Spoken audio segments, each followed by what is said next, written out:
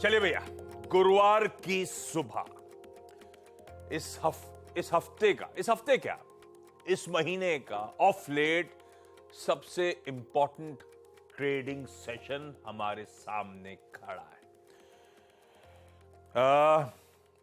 Important इसीलिए क्योंकि हम सबको इंतजार था वो फेड आउटकम का। इंतजार के साथ साथ कह लीजिए एक डर था, एक्साइटमेंट था और कंफ्यूजन भी था कि दरअसल फेड क्या करेगा, पॉवेल साहब आके क्या बोल डालेंगे। भाई वो सारा सरप्राइज खत्म हो चुका है, आउटकम आ चुका है। कुछ हिंट प्रोड्यूसर साहब ने अपनी टॉप हेडलाइन में ऑलरेडी मेंशन कर दिया है।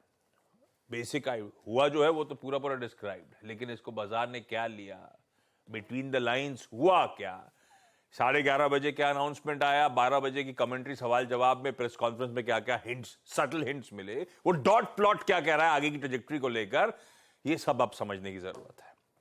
उस पे नीरज जी बगल में बैठे, इनसे बातचीत होनी है, अब फ्रंट बातचीत करूंगा और साथ में वीरू स्क्रीन पे आपको नजर आएंगे जो बताएंगे फिर आज के इस इंपॉर्टेंट दिन। और साथ में ध्यान रखिएगा निफ्टी की वीकली एक्सपायरी का दिन, जिस दिन हम फेड के रिएक्शंस पे, आउटकम पे रिएक्ट करने की तैयारी कर रहे हैं। तो कैसे स्ट्रेटेजाइज करना है, इस पर बातचीत होगी। और इनकी, नीरज जी की आपने देखा होगा ट्विटर पे वीरू बहुत तारीफ होती है, मतलब जो ग्रिप है, जो रिटेल को साथ लेके चलते हैं, समझा के चलते हैं। तो इसीलिए इनसे रिक्वेस्ट करी थी क्यों ना आप स्टॉक्स इन न्यूज भी समझा दे उसी अंदाज में। तो आज सारे स्टॉक्स इन न्यूज भी यही समझाएंगे। और विमेन्स रिजर्वेशन बिल का मतलब इसमें क्या छुट्टियां भी इंक्लूडेड हैं क्या? छुट्टियां मतलब अगर आप महिलाएं चाहें तो एक्स्ट्रा छुट्टी ले ले, ऐसा भी? हाँ एकदम, ये तो है। अच्छा, फर्स्ट राइट बिल अच्छा है। हाँ ठीक है, तो स्टॉक्स इन न्यूज हम इन दोनों आगे निपटा देंगे। वीरू कह रहे थे आज तो सारी डिटेल मैंने भी पढ़ रखी है तो वो भी बताएंगे। खैर, जो फेड ने किया, जो बोला, उसका पहले रिपरकशंस कैसे हैं ग्लोबली वो दिखा देता हूं। गिफ्ट निफ्टी सबसे पहले स्क्रीन पर आएगा, दबाव के साथ शुरुआत होनी है। मूड हफ्ते की शुरुआत से बिगड़ा हुआ है, मंडे, वेडनेसडे और आज फिर कहानी बिगड़ी हुई है। 100 पॉइंट ज्यादा दबाव, 113 अंक दरअसल कमजोर, आधे % से ज्यादा की कमजोरी के साथ हम शुरुआत करेंगे। एशिया स्क्रीन पर रख दीजिए, सारा मार्केट ज्यादातर सब प्रेशर में आपको नजर आएंगे। 2/3 से 1.25% के बीच सारा एशिया पेन में।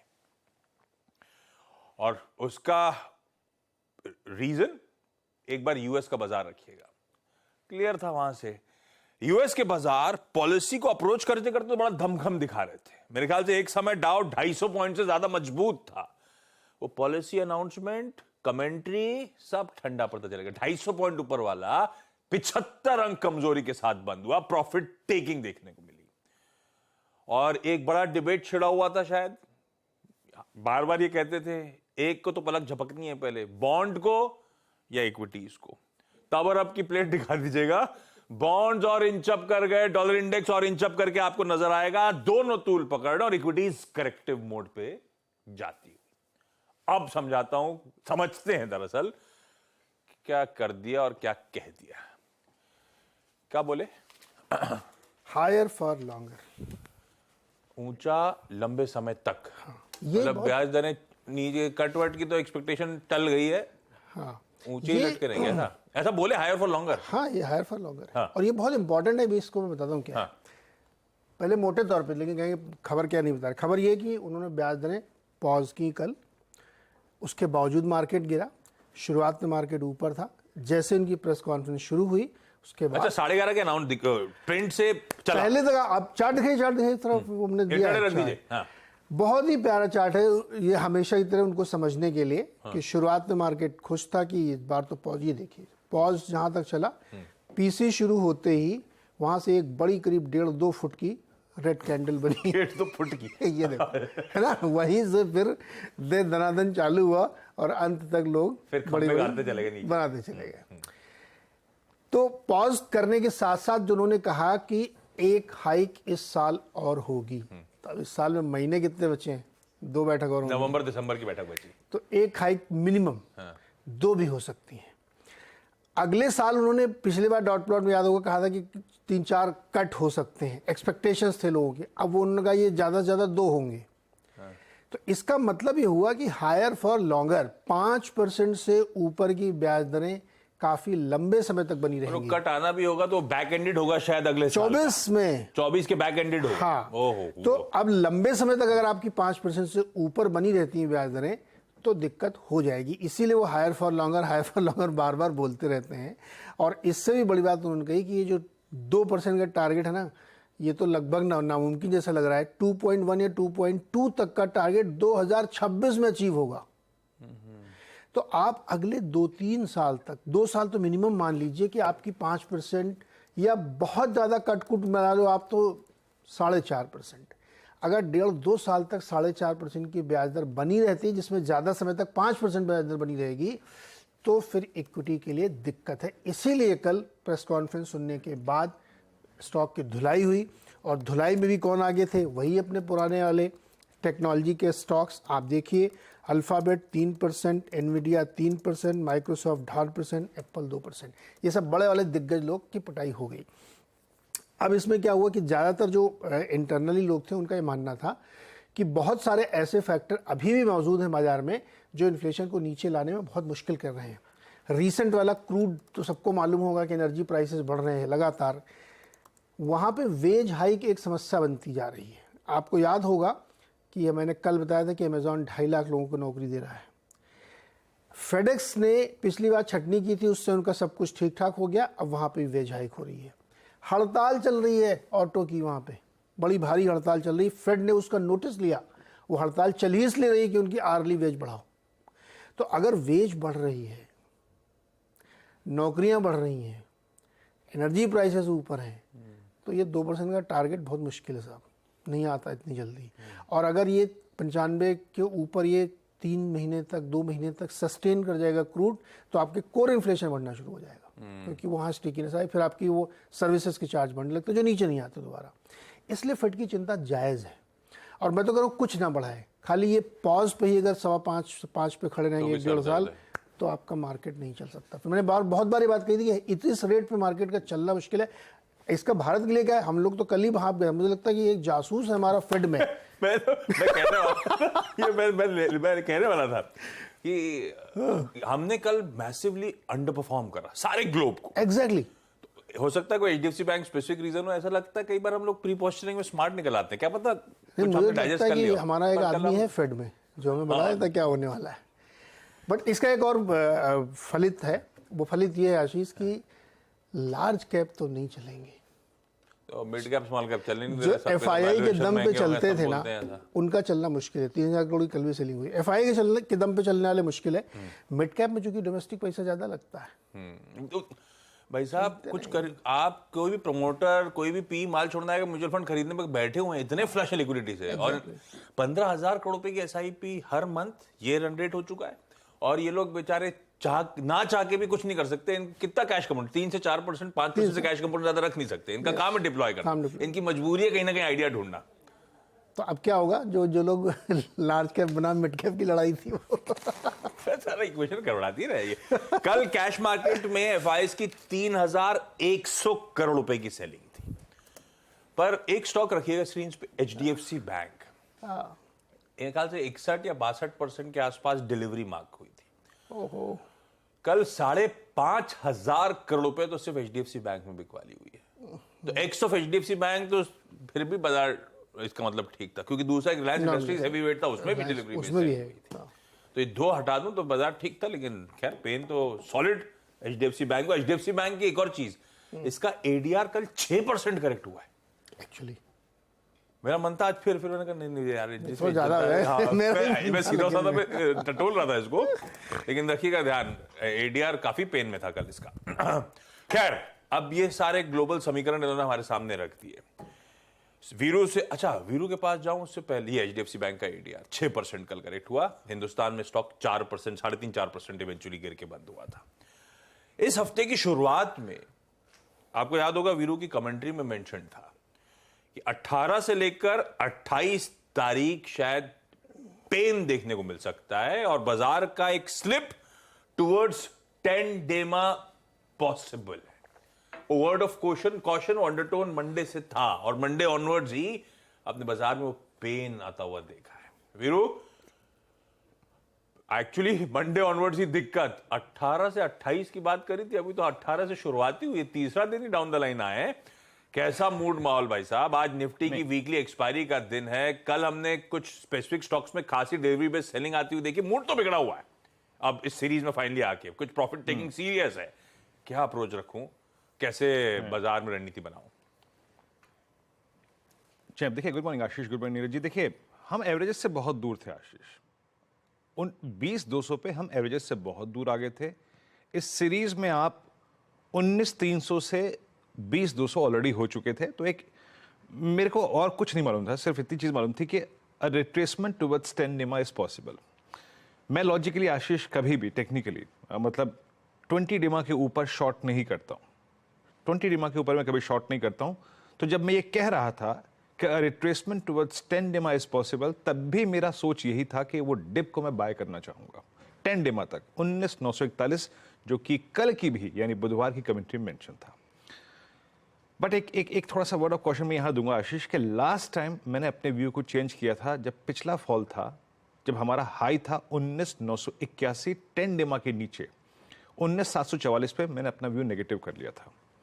और परसों भी जब मैं कमेंट्री कर रहा था कि मैं 10 डिमा तक के डिप को फॉल को बाय करूंगा, लेकिन उसके नीचे मेरा व्यू नेगेटिव होगा, क्योंकि बहुत तीव्र गति से चले हैं। और जब बहुत तेजी से चले तो 10 डिमा को भी आपको रिस्पेक्ट देनी पड़ेगी। 10 डिमा भी आपके मोमेंटम को पूरा का पूरा चेंज कर देता है। कल निफ्टी पे भी 10 डिमा टूटा और बैंक निफ्टी पे भी 10 डिमा टूटा। हालांकि अब उस वक्त था नहीं कोई तर्क कि अब क्या शॉर्ट करें क्या दोबारा, क्योंकि ऑलरेडी इतना फॉल हो चुका था। लेकिन हम जाते जाते 10 डिमा सरेंडर कर गए। अभी नीरज जी ने और आपने बिल्कुल बखूबी बयां कर दिया एफआईएस के कैश के आंकड़े, उसको रिपीट करने की जरूरत नहीं है। 3,000 करोड़ रुपए की सेलिंग, 573 करोड़ रुपए की डीआईएस की सेलिंग, 2182 करोड़ रुपए का एफआईएस ने स्टॉक इंडेक्स बेचा, स्टॉक फ्यूचर बेचा 95 करोड़ रुपए का। एफआईएस ने मंडे को ही पुट शॉर्ट कवर कर ली थी, काफी पुट शॉर्ट कवरी 1,29,000। तो एक संकेत था कि थोड़ा सा नीचे डाउन साइड खुल सकता है, लेकिन ये मेरे को भी नहीं मालूम था कि इतनी तीव्र गति से हम इस लेवल को अप्रोच करेंगे। बट आशीष, ये पूरा का पूरा स्पॉन्सर किया रिलायंस ने और एचडीएफसी बैंक ने, दो स्टॉक फ्यूचर्स ने। एफआईएस के नेट लॉन्ग घटकर अब आ गए हैं अप्रोक्सीमेटली, अगर आप देखें कल के डायग्राम को तो वो 33,913, बट स्टिल वो अभी पॉजिटिव है 33,913। बट रिस्क यही है कि ये लॉन्ग अनवाइंडिंग प्रेशर डाल सकती है। तो मैं कह रहा हूं कि इस बार 10 डिमा के नीचे लॉन्ग अनवाइंडिंग का प्रेशर थोड़ा बढ़ सकता है, और वो लेवल क्या था 19,941। अब मैं ये क्यों कह रहा हूं कि 10 डिमा के नीचे मैं थोड़ा नेगेटिव हूं आशीष? इसलिए क्योंकि जिस तरीके से कल 10 डिमा टूटा under the leadership of HDFC bank and Reliance, जिन दो स्टॉक फ्यूचर्स ने या फिर स्पेशली एचडीएफसी बैंक ने इस पुल बैक को जनरेट किया था। लेके आई डॉक्टर साहब कल के पिरामिड्स को आशीष, कल के इस ब्रेकडाउन के साथ यानी 19,941 ब्रीच के साथ सबसे बड़ी कॉल राइटिंग कल हुई है 20,000 और 20,100 की स्ट्राइक्स में। और पुट अगर कहीं पे थोड़ी बहुत रीजनेबल खड़ी है तो वो है अब 19,800 की स्ट्राइक। तो मेरी अप्रोच क्या रहेगी? देखिए, लेवल्स मिले तब शॉर्ट कीजिएगा, नहीं तो मत कीजिएगा। बट लेवल्स होते हैं, वो आज के लिए भी काम करेंगे, कल के लिए भी काम करेंगे। लेवल्स ये है कि जिस प्रकार से पिरामिड्स आपको ये दिखा रहे हैं कि 20-100 पे कॉल राइटिंग है और थोड़ा बहुत कन्विक्शन अगर किसी पुट राइटर पे है वो है 19,800, तो करना क्या है? रेजिस्टेंस लिखा डायरेक्टर साहब पहला, और वो ये है 19,981 और 20,055। मैं on the higher side strength को तब तक बाय नहीं करूंगा जब तक कि ये लेवल क्रॉस नहीं होता। जब तक 20,055 नहीं क्रॉस होगा, स्ट्रेंथ या शॉर्ट कवरिंग नहीं आएगी। इस लेवल के नीचे याद रखिएगा, a short trade and short on rise will work. कहां तक के लिए अपने ट्रेड्स को कहां चेक करना है as a short holder? 873, 828, but मेरे को पॉसिबली लग रहा है कि we are going towards 783 20 day exponential moving average. तो दो पॉइंट्स हैं जो पुल बैक जनरेट कर सकते हैं। 783 यहां शॉर्ट को कवर करने के बारे में एक बार सोचेंगे, या फिर शॉर्ट कवरिंग अबव 20,055। तो हमारे पास ट्रेड जोन क्या हो गया? नीचे 783 20 डेमा और ऊपर 981 20,055। वीकनेस परसिस्ट कर सकती है आशीष। निफ्टी बैंक, एचडीएफसी बैंक ने इसके पूरे क्रैक को स्पॉन्सर किया, 45,400 की जगह आपका 10 डेमा प्लेस था, वो ब्रीच हो गया। कल के पिरामिड्स को अगर आप देखें 45,500 से लेकर 46,000 की स्ट्राइक के बीच में बड़े कॉल रेटर्स परसिस्ट करते हैं। 45,500 से 700 और उसके बाद 46,000 की स्ट्राइक पे कोई पुट अगर एक मीनिंगफुल ओआई होल्ड करती है तो वो है 45,000 की स्ट्राइक। तो सेंस क्या होगा, रेजिस्टेंस लेके आइएगा। जब तक कि आशीष 45,500 और 650 और 700 प्रिसाइसली अगर आप देखें 45,500 और 700 का जोन नहीं क्रॉस हो रहा है, प्लीज लेवल्स लेके आइएगा, तब तक it will be a sell and sell on rise on Nifty. Strength तभी आएगी, शॉर्ट कवरिंग तभी आएगी जब आप 663 के ऊपर ट्रेड करना शुरू करेंगे, अन्यथा सेल ट्रेड। अच्छा, एक और चीज याद रखिएगा, वो ट्रेड को हम चेक कहां करें जब हम शॉर्ट होंगे? 2 जगह, और वो जगह कौन कौन सी है नीचे लेके आइएगा। या तो 45,000 जहां पे पुट्स खड़ी हुई हैं, या फिर उसके बाद 44,810 जहां पे हमारा 50 डे एक्सपोनेंशियल मूविंग एवरेज है। तो आशीष, जिस तरीके से कल 10 डे में टूटा वो अच्छा नहीं है, वॉल्यूम्स के साथ टूटा, और जब तक हम इन 2 कॉल राइटर्स के जोन को 20,000 को और निफ्टी बैंक पे 45,500 और 700 के जोन को रीगेन नहीं कर लेते, तब तक वीकनेस परसिस्ट करेगी। आशीष, बहुत बढ़िया, ये है कहानी निफ्टी और निफ्टी बैंक की। ब्यूटीफुली जो मंडे बातचीत हुई थी वैसे ही स्क्रीन्स प्ले आउट हुई है। आज का अप्रोच आप लोगों की स्क्रीन्स पर। अब आइए जरा खबरों वाले स्टॉक्स पे। वीरू, क्या क्या रडार पे?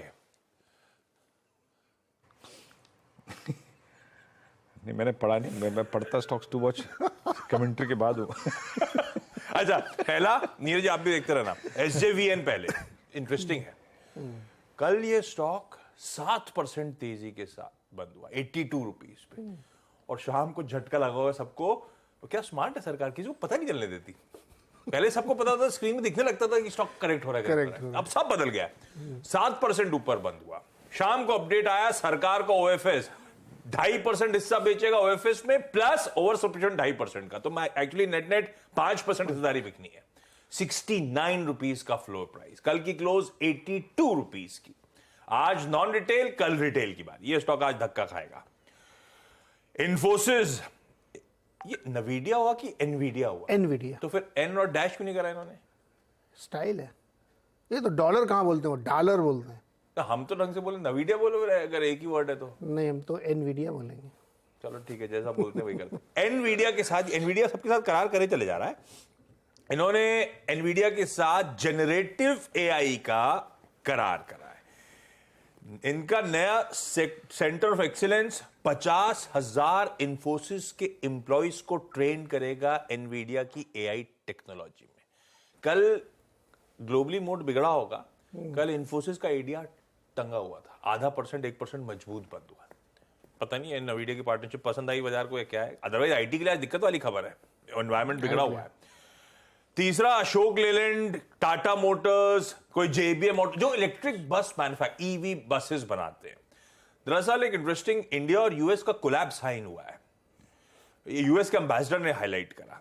10,000 इलेक्ट्रिक बसेस मिलकर दोनों फंड करेंगे इंडिया की स्ट्रीट्स के लिए, और ये कोलैबोरेशन को, EV बसेस को ग्लोबली भी मार्केट करने की कोशिश, ऐसा कुछ है। तो इंटरेस्टिंग है, इसलिए मैंने स्टॉक्स को रखा है। कोई जरूरी नहीं आज हरकत दिखाएं। सिप्ला लगातार खबरों में है प्रमोटर स्टेक को लेकर, लेकिन इस बीच अपडेट आया, US FDA ने इनकी न्यूयॉर्क की फैसिलिटी को इंस्पेक्ट करा था। 5 इंस्पेक्शनल ऑब्जर्वेशंस, 5 आपत्तियां सामने आई हैं। अब अच्छे मोमेंटम वाला स्टॉक है, पता नहीं कैसे रिएक्ट करेगा, लेकिन ये खबर है।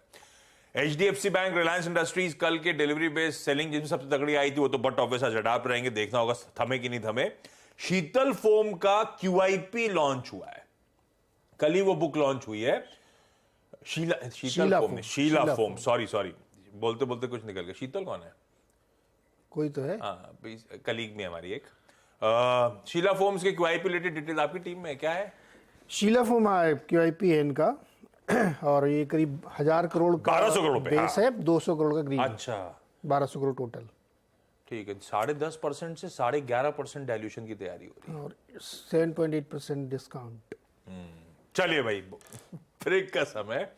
ऐसे तो बहुत सारी इंटरेस्टिंग स्टॉक्स, ये काम करेंगे। अभी तो 20 ऐसी बढ़िया खबरें हम और मिलेंगी, सीधा सौदा में लेकर ही आएंगे। इनमें से बहुत सारे स्टॉक्स वहां पे भी होंगे और भी इंटरेस्टिंग आइडियाज होंगे। ब्रेक ले लेते हैं, ब्रेक के उस पर जब लौटेंगे तो आज का events calendar plus commodity strategy.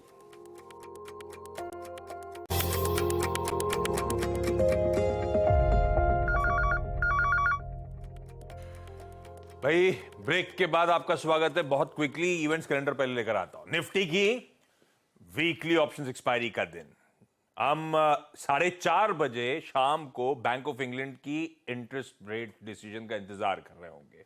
उसके बाद शाम को 6 बजे यूएस का इनिशियल जॉबलेस क्लेम्स का आंकड़ा। अब तो हो गया जो फेड को करना था, फिर भी नजर रखेंगे इस आंकड़े पे। अच्छा, यूएस के बाद आज हांगकांग, फिलीपीन, स्विट्जरलैंड, स्वीडन, सबके interest rate decisions lined up हैं। यूएस की एग्जिस्टिंग होम सेल्स के नंबर शाम को। वेदांता आज एनसीडी इशुएंस पे बोर्ड मीट, ये कह रहे हैं पार्ट ऑफ डूइंग बिजनेस। कुछ रिपोर्ट्स कहती थी कुछ इंटरेस्टिंग आउटकम, देखते हैं क्या निकलता है। हालांकि है सिर्फ एनसीडी इशुएंस पे। एसजेवीएन का सरकारी ओएफएस जो खुल रहा है वो तो अपनी जगह। विमेन रिजर्वेशन बिल आज राज्यसभा में आना है, कल लोकसभा में बढ़िया पास हो गया है। सेबी की बोर्ड मीट है आज, जिसमें कई सारे मैटर्स पर डिस्कशन है, जिसमें रेगुलेशन शायद इंडेक्स प्रोवाइडर्स को लेकर, एफपीआईज पे, फॉरेन इन्वेस्टमेंट्स पे, वेरियस रूट्स के थ्रू जो आता है चैनलाइज होता है उस पर डिस्कशन, रीट्स रिलेटेड कुछ इश्यूज, ये सब आना है। ईएमएस नाम की कंपनी की लिस्टिंग होनी है, 211 रुपए का इशू प्राइस है, 321 करोड़ रुपए जुटाए थे और बढ़िया 75 टाइम्स बढ़ा था। साई सिल्क मिल्स और सिग्नेचर ग्लोबल दोनों आईपीओ का आज डे 2। एक्स डिविडेंड कुछ स्टॉक्स हैं वो आपकी स्क्रीन पर आ जाएंगे। पीएफसी एक्स डेट और रिकॉर्ड डेट बोनस इशुएंस की आज है। आज प्रेसिडेंट मुर्मू ग्रेटर नोएडा में ट्रेड शो इनॉग्रेट करेंगी, Uttar Pradesh international trade show. अच्छा, आपने ओरेकल की चर्चा करी थी पिछली बार, रिजल्ट बहुत खराब। ओरेकल की फाइनेंशियल एनालिस्ट मीट आज है यूएस में, तो हमारे यहां ओरेकल फाइनेंशियल सर्विसेज को, ओएफएसएस को रडार पे रखेंगे। माइक्रोसॉफ्ट का स्पेशल इवेंट आज न्यूयॉर्क में, कहा जा रहा है कुछ बिग हार्डवेयर इवेंट होगा, शायद कुछ इंट्रोडक्शंस होंगे। और इंटरनेशनल डे ऑफ पीस आज है। जब तक लेकिन ताया सॉरी नहीं बोलेंगे कोई पीस नहीं। कमोडिटीज की स्ट्रैटेजी आपकी स्क्रीन पे, वंदना भारती ने मदद करी है। एसएमसी ग्लोबल सिक्योरिटीज, चांदी पे खरीदारी करने का कॉल है, 72,850 का स्टॉप। कच्चे तेल पे एक सेल रिकमेंडेशन है, 75.25 के स्टॉप के साथ बेच दीजिए। बाकी के लेवल स्क्रीन पर जा रहा हूं छोड़ के आपको गिफ्ट निफ्टी के संकेतों के साथ 100 पॉइंट से ज्यादा का दबाव। ब्रेक के उस पार सीधा सौदा।